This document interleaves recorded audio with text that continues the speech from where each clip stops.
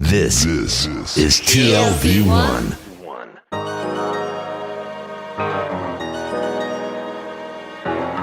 The Tel Aviv Review.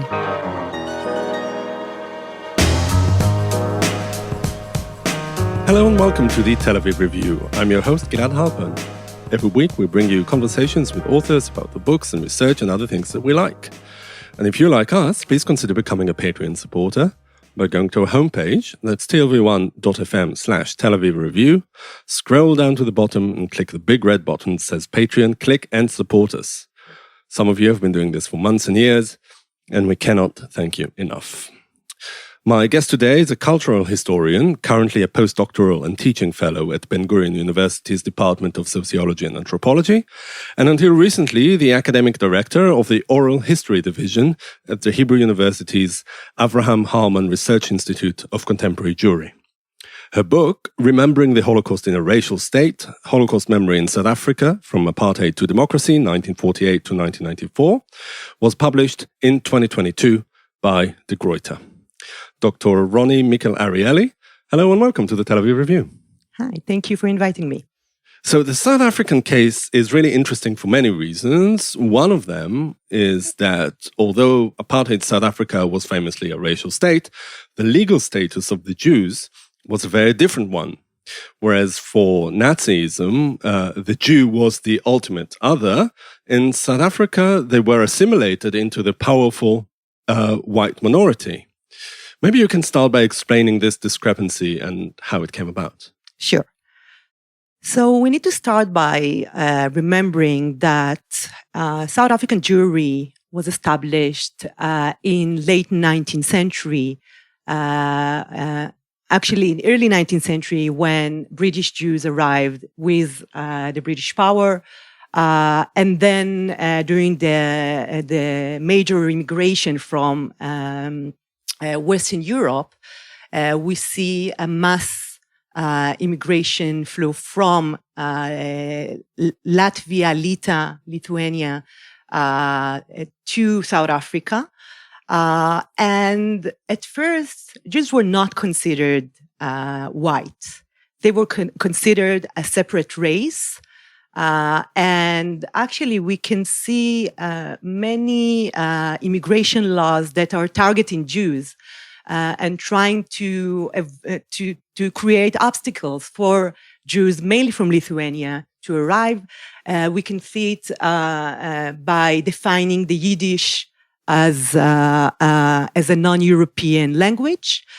And we actually see anti-Semitism, particularly from right-wing Afrikaners, raising as early as in the late 19th century, but particularly during the 30s and 40s, where you can see pro-Nazi and pro-fascist organizations arriving to South Africa and also bringing with them the ideas and ideologies they're targeting Jews.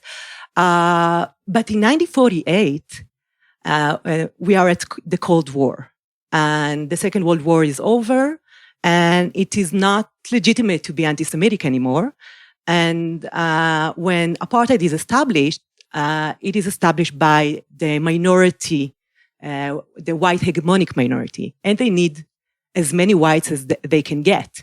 And Jews were white, so it is a crucial moment for the Jewish community because they actually become white when apartheid starts. So it doesn't mean that anti-Semitism is completely disappearing from the public sphere, but it is not legitimate to be anti-Semitic. So to what extent would you say that at this very moment, really a few years after the end of the Second World War and when the horrors of the Holocaust became apparent to all, to what extent was the Holocaust really a central theme in that development? Because you said it's the beginning of the Cold War.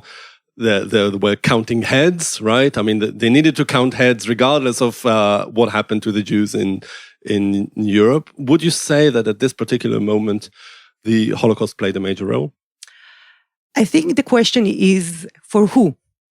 So for the South African Jewish community, of course, the Holocaust played a very central role.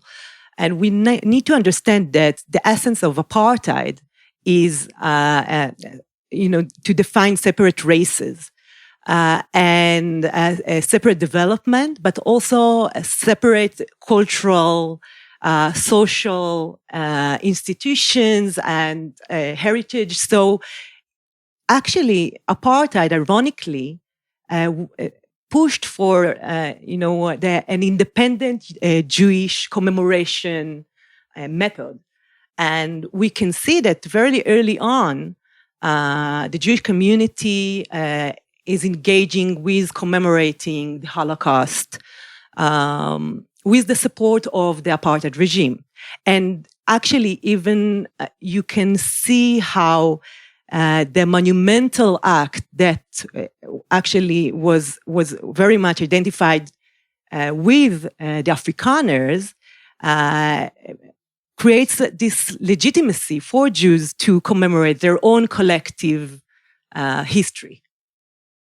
It is interesting because, as you point out, of course, just like in other countries, the Holocaust was a constitutive issue for South African Jews. But unlike other countries, namely Israel, Europe, even the United States to an extent, there were hardly any Holocaust survivors in South Africa at the time.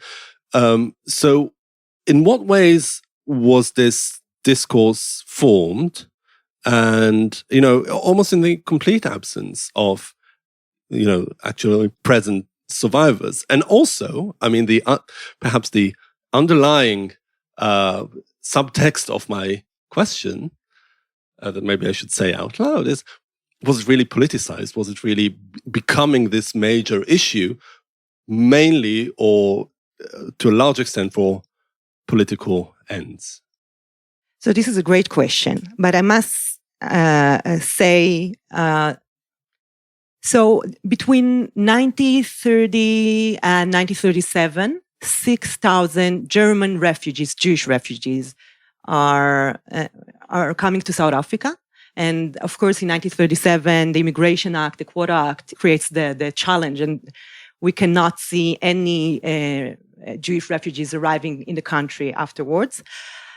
So we do have this very small community of German Jews arriving in the 30s, and also because South Africa, since 1937, is closing its gates, like many other countries. Many of the refugees that were able to escape Europe are arriving in Southern Africa. And after apartheid, you can see that some of those survivors will join the most, the central or the most mainstream, the mainstream Jewish community in Africa, which is South Africa. So this is, and we need to understand that most of the Jews from South Africa are originally from Lithuania.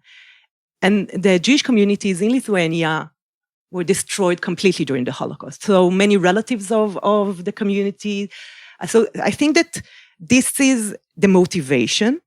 Another very important issue is anti-Semitism. So I mentioned the anti-Semitism that became mainstream in the 30s and 40s. And when in 1948, when the Afrikaners are establishing the apartheid regime, many of those architects of apartheid were pro-Nazis during the war. So the Jewish community is very much engaged and well invested in the anti-Semitism message. So, and by utilizing or by using Holocaust memory and mitigating the Holocaust story to the Afrikaners, they actually try to create this anti-Semitism message to the public. So those are the main motivations. And I think that you cannot avoid the fact that Afrikaners at the time are very much well invested in their own commemoration of the Great Trek and of other national collective memories. And there is a legitimacy, as I stated, for the Jews to create their own collective memory, communal identity, and the Holocaust is very central.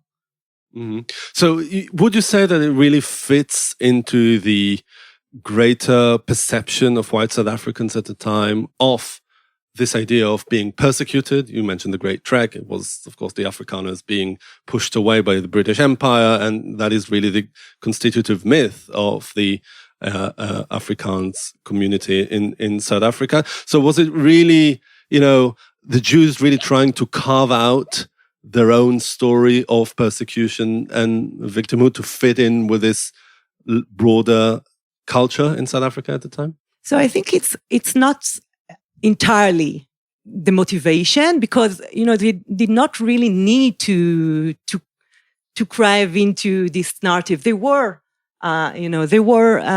victims. So I think that the fact that they have family ties was the main motivation, but the fact that this was the atmosphere and that, the culture of commemoration in the country helped. Mm-hmm. Was it also means to make political claims, or maybe to say, to hold the Afrikaners to account for their pro-Nazi past, to say, like, whenever there was any, manifestation of anti-Semitism, or even when they wanted to make some cultural and political claims, the Holocaust was really a powerful reference point to highlight the rights of the Jews? So I think that, yes, definitely the Holocaust served as a political aim for the Jewish community. But, justly so, the Afrikaners were, many of them, anti-Semitic. So the Board of Deputies, the Jewish Board of Deputies in South Africa, while, this was the main institutional organization, and while they always were very much holding this policy of non-interfering in the inner political issues, they were very concerned with every Jewish issue that is arising in the political atmosphere. So I think for them, and you can see throughout the years, that the Holocaust comes up whenever there is Holocaust denial, when there is a lot of critique surrounding the capturing of Eichmann. So definitely you can see it, although you will see that the Jewish community is being very careful. So it's not like an accusation towards the Afrikaners for being anti-Semitic. You will actually find those accusations coming from anti-apartheid activists, much more than from the Jewish community itself. Mm-hmm. Interesting. So the anti-apartheid activists utilized the Holocaust much more than the mainstream Jewish community in South Africa for their to bash the apartheid establishment, essentially. That's for sure. Mm-hmm. Those were, very, very different usages of the memory of the Holocaust. But what about the reception of the memory of the Holocaust among the non-Jewish whites in South Africa? Not just the Afrikaner establishment, but also other whites, English-speaking, with the English-speaking community. You said that when it was all formed around 1948, it was with the support of the government and the state establishment. What was really their reasoning for that? Was it really to make amends with their own past, or maybe it was just it could be just a token sort of gesture to wash off the past in order to look at the future? So I think it was very much driven by realpolitik. So we have Afrikaner leaders that see the opportunity to wash their hands from their past, very, very problematic past. And also, the Afrikaner institutions are trying to align the Western world. We are getting back to the Cold War, and South Africa is positioned as the only liberal state in the Black continent. And as we all know, in the Western world, it is not legitimate to be anti-Semitic, and Nazism is the main evil. So I think that it is mainly realpolitik. And yes, as I said at the beginning, they needed every white vote. So an interesting turning point, or I don't know, just an episode is really the Eichmann trial that really was seminal for the memory of the Holocaust and the culture of the memory of the Holocaust everywhere, in Israel, in Europe, but also in South Africa. And there it's really interesting because we're talking about the very early 1960s, and it was right in the wake of the Sharpeville massacre that was in 1960, if I'm not mistaken. 1961. That really highlighted the injustices of the apartheid and brought it to the world stage for the first time. How did these two talking points really interact in South Africa at the time? Unfortunately, they did not interact at all. I think that one of the things that I argue and I try to demonstrate in the chapter focusing on the Eichmann trial is that even if you look at the Jewish community itself, there is this very interesting view where they see anti-Semitism as a separate phenomena from racism. So it is not legitimate to be anti-Semitic, but we will not respond to racism because racism has nothing to do with Jews, and we only speak when it comes to Jewish issues. So when it comes to the Jewish community, you can see a complete separation. When it comes to Afrikaners, so on the margins, you can still find anti-Semitic voices, and you can see how it is captured in, letters to the press, and how, and of course, Afrikaners, anti-Semitic Afrikaners, and Afrikaners as a whole, they will not draw connections between Sharpeville and the Holocaust or Eichmann, but they will compare the Holocaust with their own history. They will speak about their own concentration camps during the Boer War, and will criticize the hierarchy of suffering that was created during the Eichmann trial, not only within the Jewish community in South Africa, but in the entire Jewish world. Well, was there no one, certainly at that time, we'll talk about the later era in detail in a bit, but was there no one that made the connection between racism against the Jews and racism against Black Africans? So, of course, there were many, some from the Jewish community. And this is actually a good point to stress that when I speak about the Jewish community, I actually speak about the official Jewish community that is represented by the Jewish Board of Deputies and the Zionist Federation. Of course, there were voices within the Jewish community that draw connections between racism and anti-Semitism and apartheid and the Holocaust. And actually, we can see those voices and similar voices coming up from non-white communities, the Indian communities in South Africa, the colored communities in South Africa, and of course, the African communities, even as early as from 1946. So we do see the analogy raising up very early on, but not in the mainstream public discourse. But the mainstream Jewish public discourse did not even respond to that. I mean, they lived completely at peace with that notion that if it's not racism against the Jews, then it's fine. No, I think that's not the right way to phrase it. But I think that, well, in my dissertation, I described the community as a borderline community. One needs to understand this ambivalent situation of the Jewish community in 1948.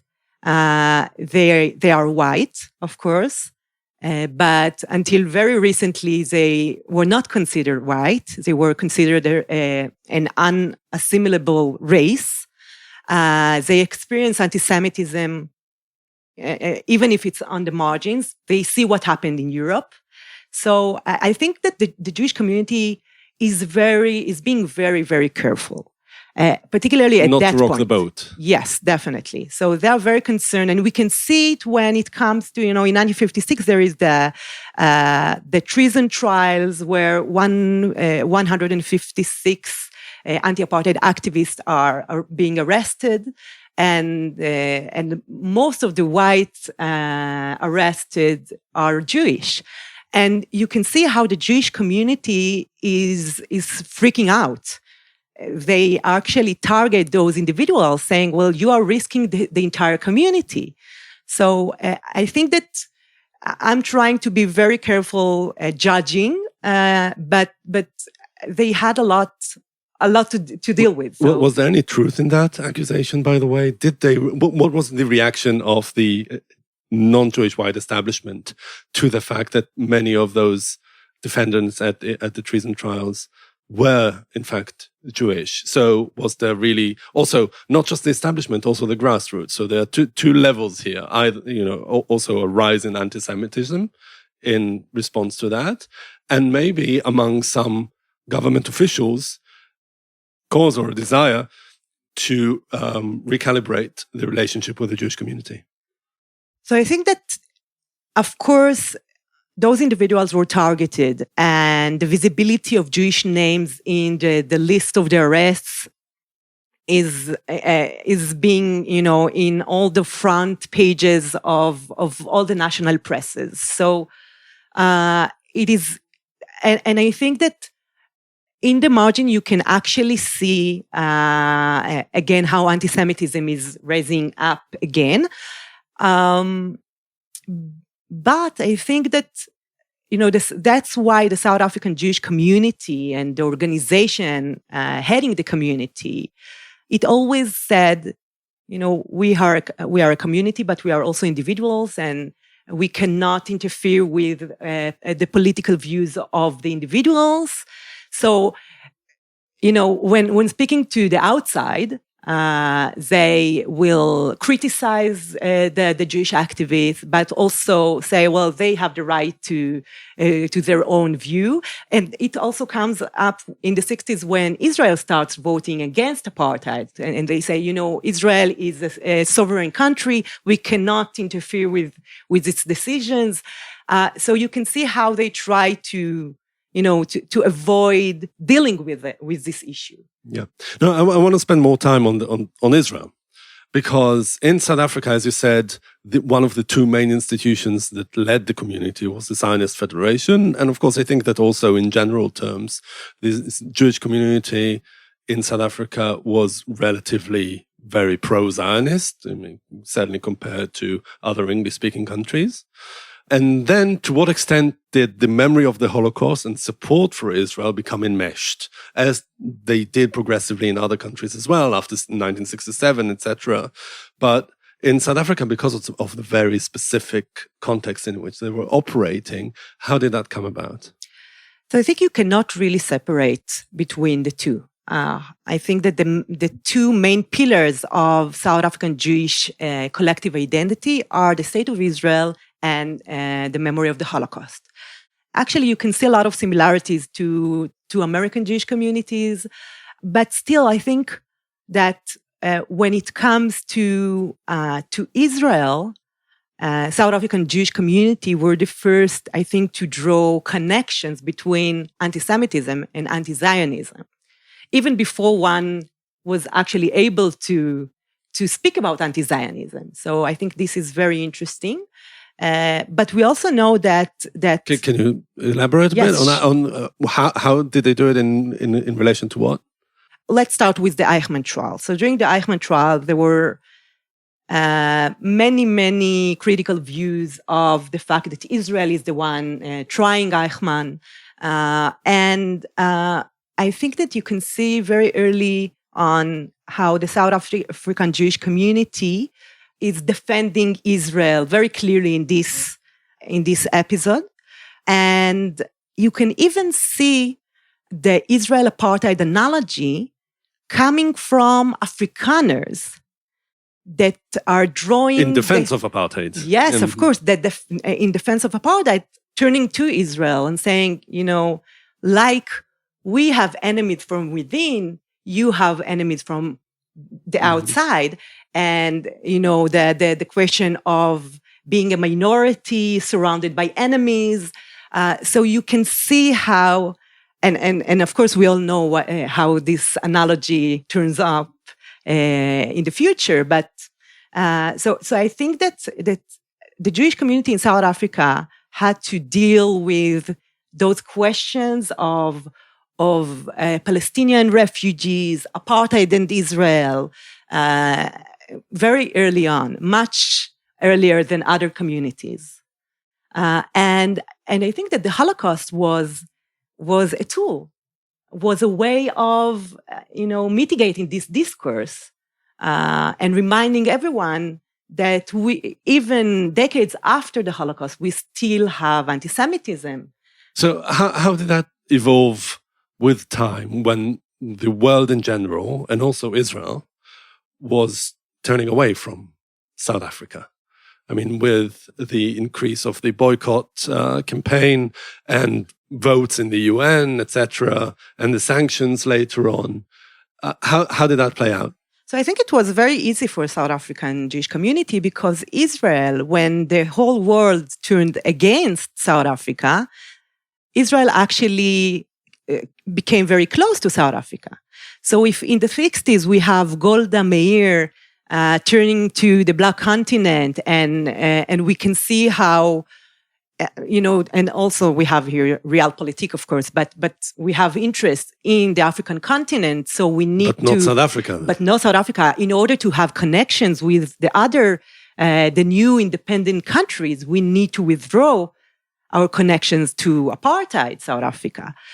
But then in 1972, everything changes. Yeah, so we have this secret meeting with Shimon Peres signing agreements, this secret alliance with the apartheid government, which is not very secret. Yeah, and when the rest of the world is turning away from South Africa, particularly after the Soweto uprising in 1976, Israel is getting closer and closer to South Africa, and only in 1987, with a very strong pressure from the Americans, so Yitzhak Shamir actually takes on the sanction package.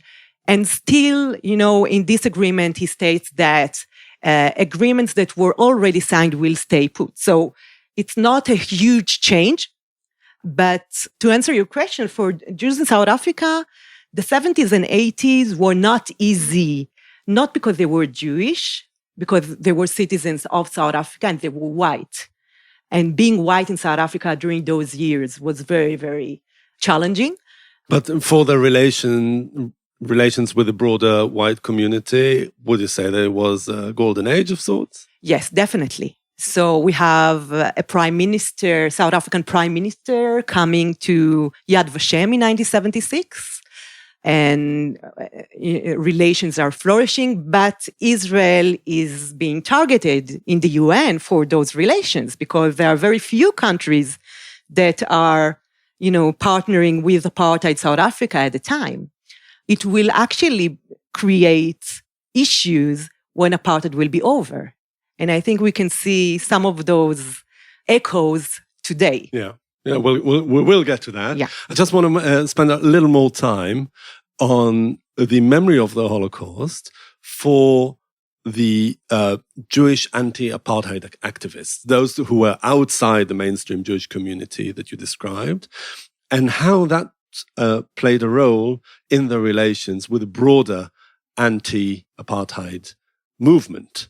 I mean, was really the memory of the Holocaust and, never again, and whatever other lessons you want to draw from the Holocaust, were they present in their discourse? So interestingly, it was not very much present in the Jewish anti-apartheid scene. It was very much present in the non-Jewish anti-apartheid activism. One very interesting case study that I bring in the book is that of Ahmed Kathrada, a Muslim Indian South African that is very active against apartheid. And in 1951, he goes to Europe, and he happens to be in this Union of Students conference in Poland, and he has some spare time, so he goes to the Warsaw Ghetto, to the monument, and he goes to Auschwitz. And in Auschwitz, he collects, at a crematorium, he collects human bones. And that's a moment where he says to himself, I need to go back to the struggle. He goes back to South Africa, and he uses a bottle full of bones as a material display in his political speeches. And he says, those are bones of Jews who were murdered because they were Jews. Those are the consequences of racism. So you can see such voices. You can see a lot of analogies to the Holocaust that are particularly drawing connections between apartheid and Nazism. Very few will speak about Jewish suffering or about Jewish extermination.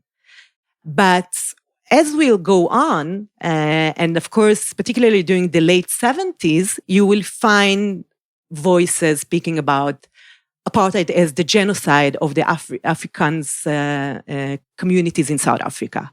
And you will see it coming from leaders of the African National Congress, like Govan Mbeki, and you will see it by Desmond Tutu, who speaks at 1984 during his Nobel Peace Prize lecture about apartheid being the final solution of the Africans in South Africa. And of course, we have another very, very important and interesting thing when the Rivonia trials are over and in the 1963, and the leaders of the anti-apartheid struggle are being arrested, and the non-white ones are being sent to Robben Island. In the late 60s, the Diary of Anne Frank is being smuggled into the prison. And it becomes the Bible of those anti-apartheid activists. Of course, none of them are Jewish, but there is something about the writing of this young girl and about the situation that she's at. So you can see how being, and I didn't mention, but all of those imprisoned on Robben Island during the Rivonia trials were imprisoned in separate section. And so you can see how the diary is being circulated among Nelson Mandela, Govan Mbeki, Walter Sisulu, Ahmed Kathrada, and others. Luckily for me, when I went to the Robben Island Archive in the Western Cape University, I was able to locate Ahmed Kathrada's secret notebooks from prison, where he actually chose 13 quotations from the Diary of Anne Frank. And you can see what kind of similarities he can detect. So, of course, similarities between racism and anti-Semitism, and the Jewish persecution versus the persecution of Africans, Indians, and colored in South Africa, but also the situation of being imprisoned in this small cell, prison cell, and being held in complete silence, not being able to speak with Mandela at the other cell, were very much present in the quotations that he chose. Yeah. How much of that imagery persisted after the fall of apartheid and the introduction of democracy? So I think it is very... In 1994, yes. we should say. So I think 1994, when it comes to Holocaust memory, is very, very crucial, a very, very crucial moment. So South African Jewish community was very much invested in Holocaust memory as a communal Jewish memory.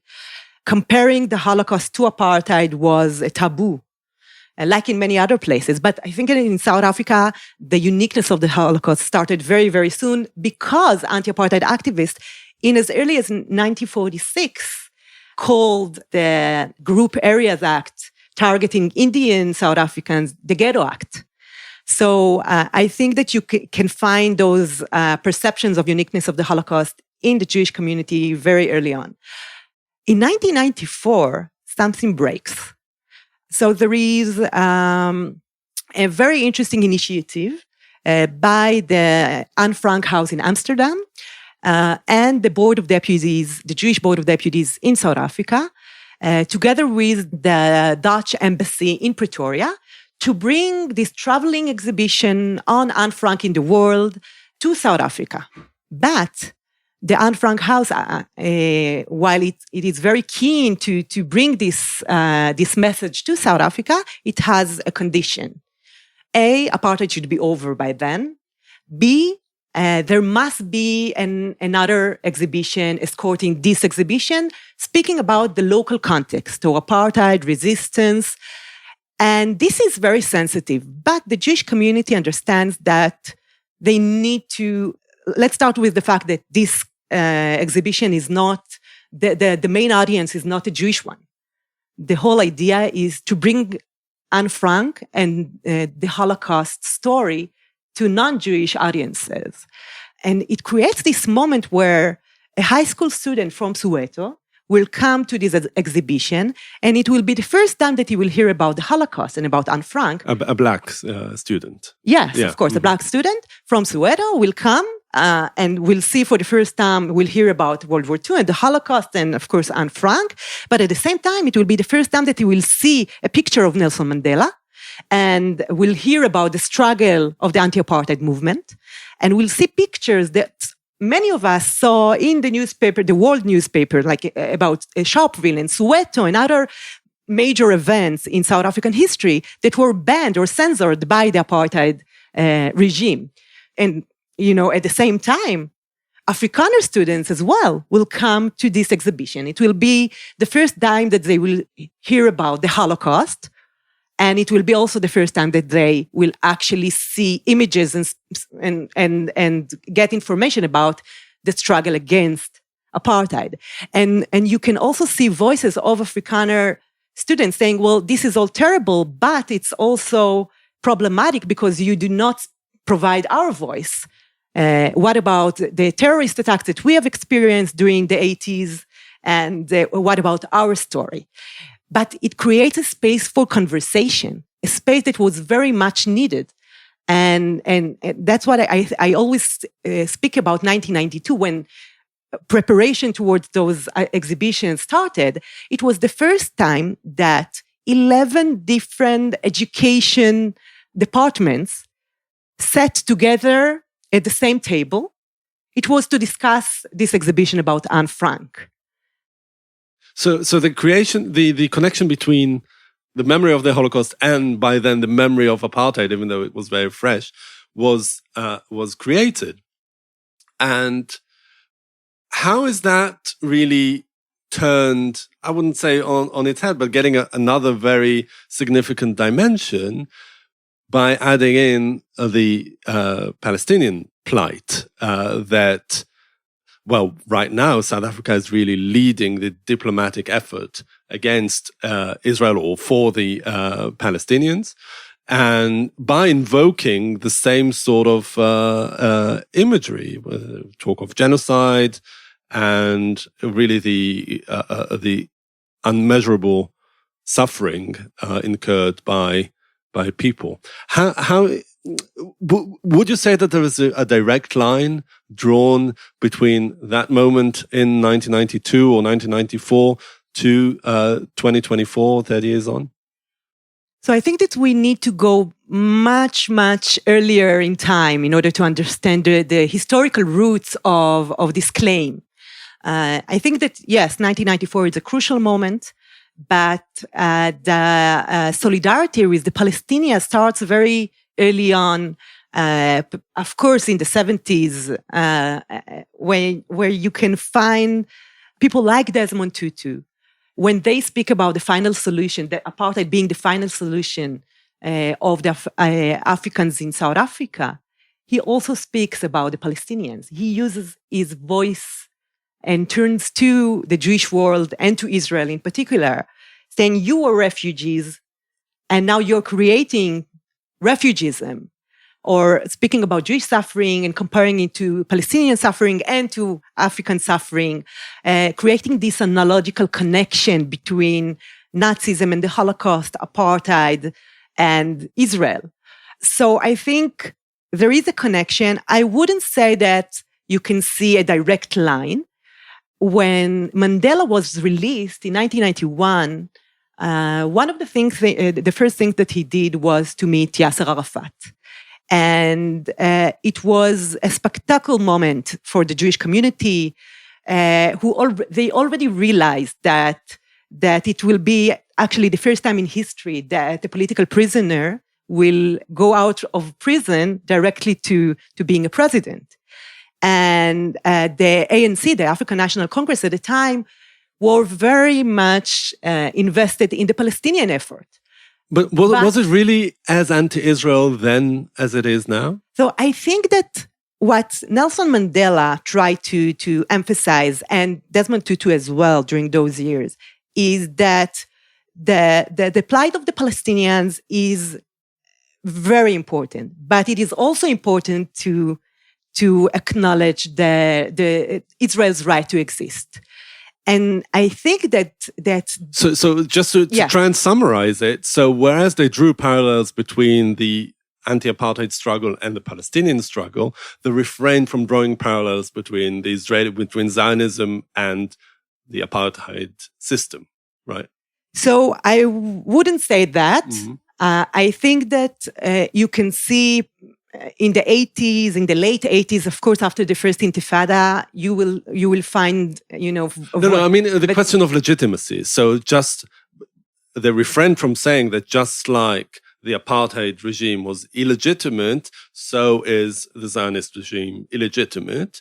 And that, I'm asking you, is it now changing? That in South Africa, there is really this realization or this sort of agenda that Zionism is as illegitimate as the apartheid regime once was. Yeah, so I think that one needs to separate, and I think that that's what Nelson Mandela was able to do, and Desmond Tutu tried to do, is to separate Zionism from the right of the state of Israel to exist, which is, it seems impossible, yeah, but still, there was this realization that Jews have the right to their own country, particularly after the Holocaust, and we know this discourse and the line. But the Israel apartheid analogy existed already. I think that today you can see how the analogy is hijacking, the Israel's right to exist. So it's a very complicated dynamic, I think. You cannot speak about Mandela's legacy as, something that is continuing straight to the present. South Africa has its own political issues. But when it comes to the genocide accusation, I think that I would go early on to the usage of the word genocide in the anti-apartheid struggle in order to understand or to try to detect a direct line, because there is one. So it has nothing to do with the Holocaust or the Jews or Israel. It's just a concept of genocide, the way it was formed in the South African anti-apartheid context. Yeah, but it is very, very hard not to speak about genocide without thinking about the Holocaust. Yeah, particularly in the 70s when it starts. You cannot. So the Holocaust is the crime of crimes, and genocide is the crime of crimes. So you can see a lot of slippages. You can see a lot of, it's a mishmash. You cannot see a clear separation. You will see some anti-apartheid activists speaking only about genocide, but what they have in mind is the final solution. Right. Interesting. All right, Dr. Ronnie Mikel-Arieli, thank you very much for joining us today and talking about your really fascinating book, Remembering the Holocaust in a Racial State, Holocaust Memory in South Africa from Apartheid to Democracy in 1948 to 1994. Thank you very much. Thank you. And also many thanks to Itai Shelem, the manager of TLV1 Studios. And now we've got a request, because most of you listen to us on the Apple Podcast app and would like to ask you to please consider writing us a review. Good, bad, ugly, up to you. You too can support us by going to our website and subscribing onto our Patreon campaign. Check out our archive. It has probably close to 1,000 interviews by now, if not more. Like us on Facebook, follow us on Twitter, And most important, join us again next week for another edition of the Tel Aviv Review. And until then, from us here in Tel Aviv, goodbye.